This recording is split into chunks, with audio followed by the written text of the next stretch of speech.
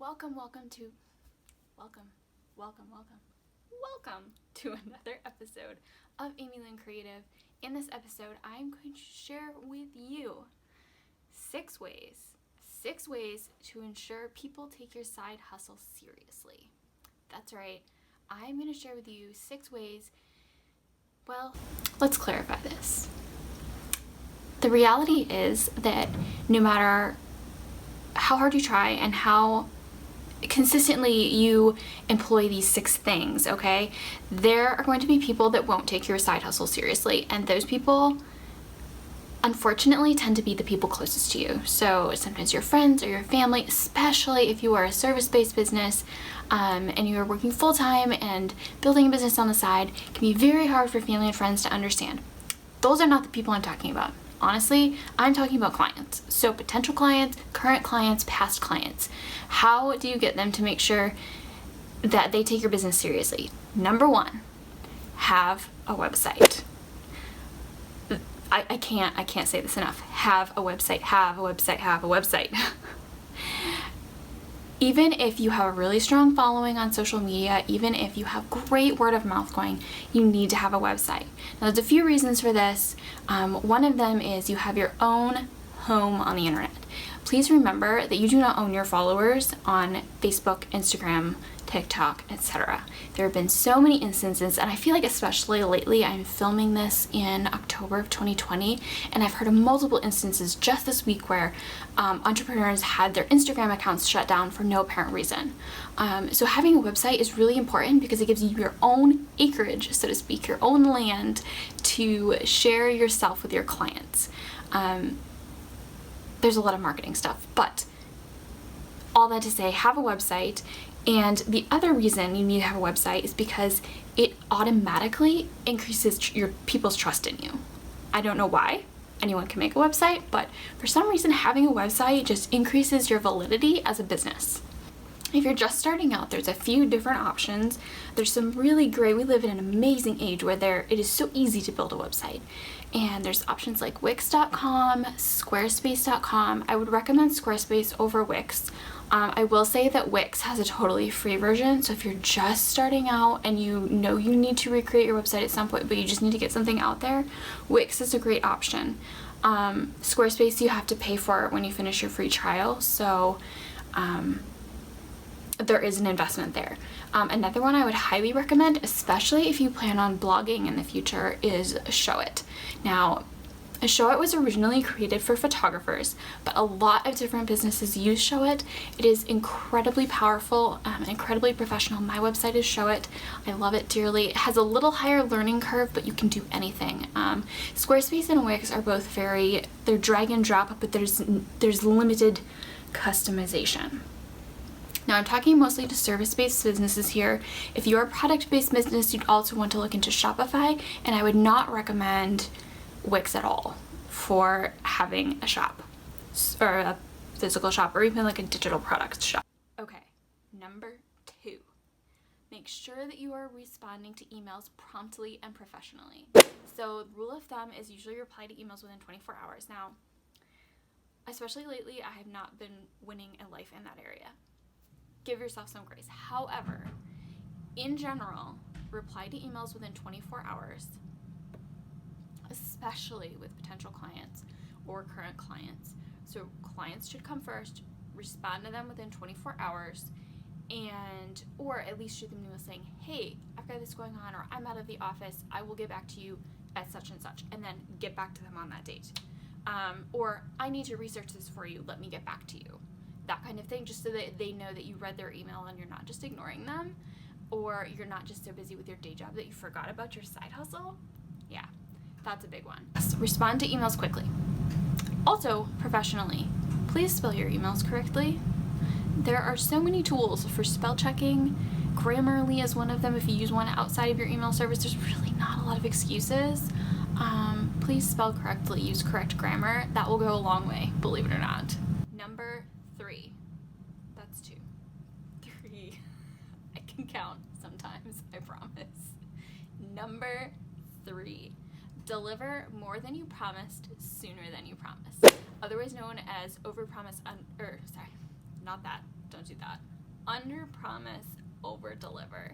Now this is a really good best practice in general, but it's especially important when you are growing your business and trying to cement that professional vibe.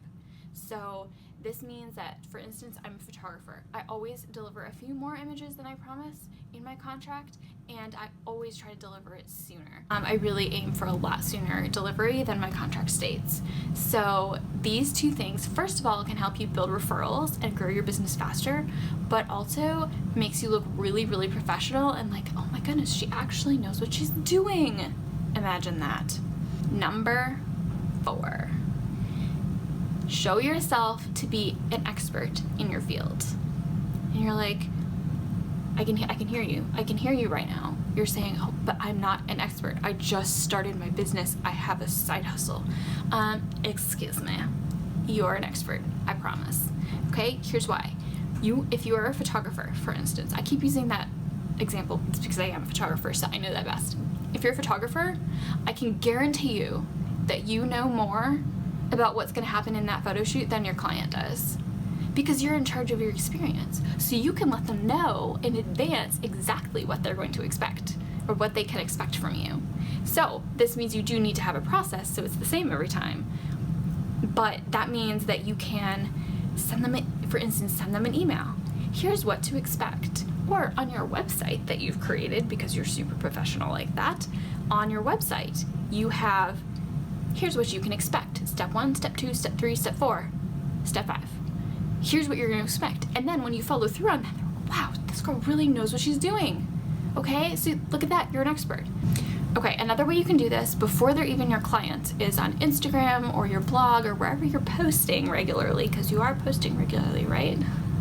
Wherever you're posting, you're sharing tips and tricks, whether it's outfit thoughts or outfit tips and tricks. If you're a photographer, if you are a stylist, you could talk about hair. You can see, I don't know a whole lot about hair. I could really use a stylist's help with hair, clearly.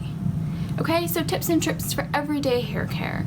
A curling iron you found that's really great. All these things are positioning you as an expert so that when you get clients that book you, they automatically trust you as the expert. It will make your job so much easier.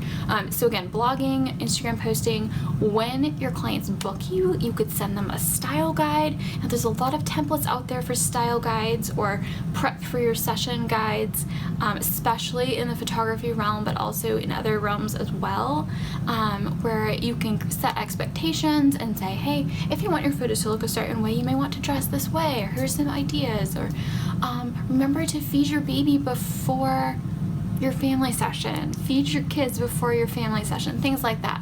So things that they may not think about while they're prepping, but you know because you've done it before. Also, sorry for the loud noise. I decided to set up my YouTube channel underneath a vent. It's really smart. It's brilliant. I'm a professional. Trust me. One more thing about presenting yourself as an expert, show behind the scenes. You're packing up your gear, you're getting ready, you're prepping your manicure stuff, your makeup stuff, if you're a makeup artist. That instills confidence in your potential clients and your current clients as well. Number 5. I have baby hands. Okay, number 5, have a client management system. That's the oven. Let me go get that and I'll be right back. Okay, number 5, have a CRM or a customer relationship manager. Now, that sounds like you need to hire someone, but it doesn't. This can be as simple as a CRM software or just a spreadsheet. Okay, so I highly recommend a CRM software. I use HoneyBook and I love it. Dubsado is also a great one. 17 Hats I've also heard good things about. Let's see what else. ClickUp is another one. Asana is like a task management that you could use as well. If you're just starting out and you can't afford to invest in the actual monthly payment of the software, a spreadsheet will work too. Basically what you need is a way to keep track of all your clients and what part of the process they're in and what you need to do next, how much they're paying you, if they've paid you yet, and things like that. Now, the great thing about paying for a CRM, like Honeybook, which is what I use, not only does it have a way for you to message and email clients within the CRM, but it also allows you to send contracts and take payments all in the same place. It makes for and clients can sign contracts online. So it makes for a very cohesive process that really wows your clients, especially, and this is for service-based businesses. Okay, so for instance, as a photographer, my client can inquire on my website. It goes straight to my CRM. I email them back through that CRM. I send them a contract and request payment. And then once they do that, they're in your system. You can email them. You can send them your style guide. It has email templates that you can create. It even has some contracts already built in.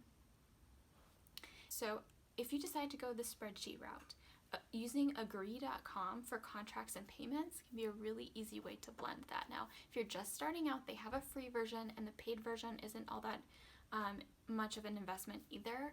So you can definitely use that to really increase the professionalism of your overall client experience. So agree.com has contracts and a way for clients to pay online.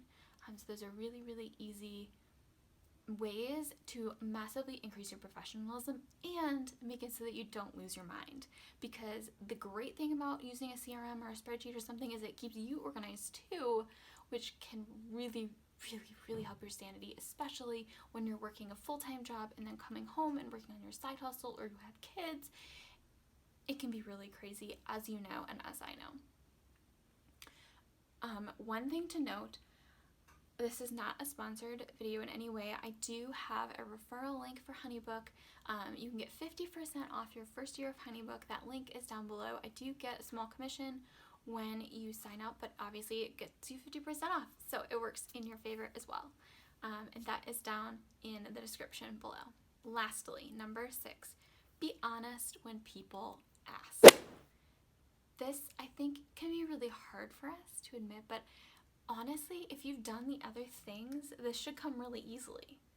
Because I'll get to a session and a client will, a lot of times, especially with photography, clients will ask, oh, is this your full-time job? And I mean, they don't mean anything by it. They're just creating conversation. It's totally fine. I don't get offended. And I say, no, actually, I have a full-time job, but this is something I'm pursuing as an alternative to that full-time job. And just have an answer ready. You can tell them about your day job. It's okay. If you put these other things in place, it doesn't decrease your professionalism at all. A lot of my clients are astounded that I do have a full-time job outside my business, because I am professional online and through my email correspondence and through their session, and they're like, wow, why aren't you doing this full-time? Like, that's a big compliment to me when they're surprised that I have a side hustle, because that means that I've done my job in being professional and creating an incredible client experience for them. The bottom line is, the more you treat your business like a business, the more other people will treat your business like a business. And this can lead to more bookings. It can decrease the number of times people ask you to do something for free. And it will give you more confidence as you present yourself online and to clients in person. I hope this video was helpful. Please hit subscribe and like the video if it was helpful. And thanks for watching.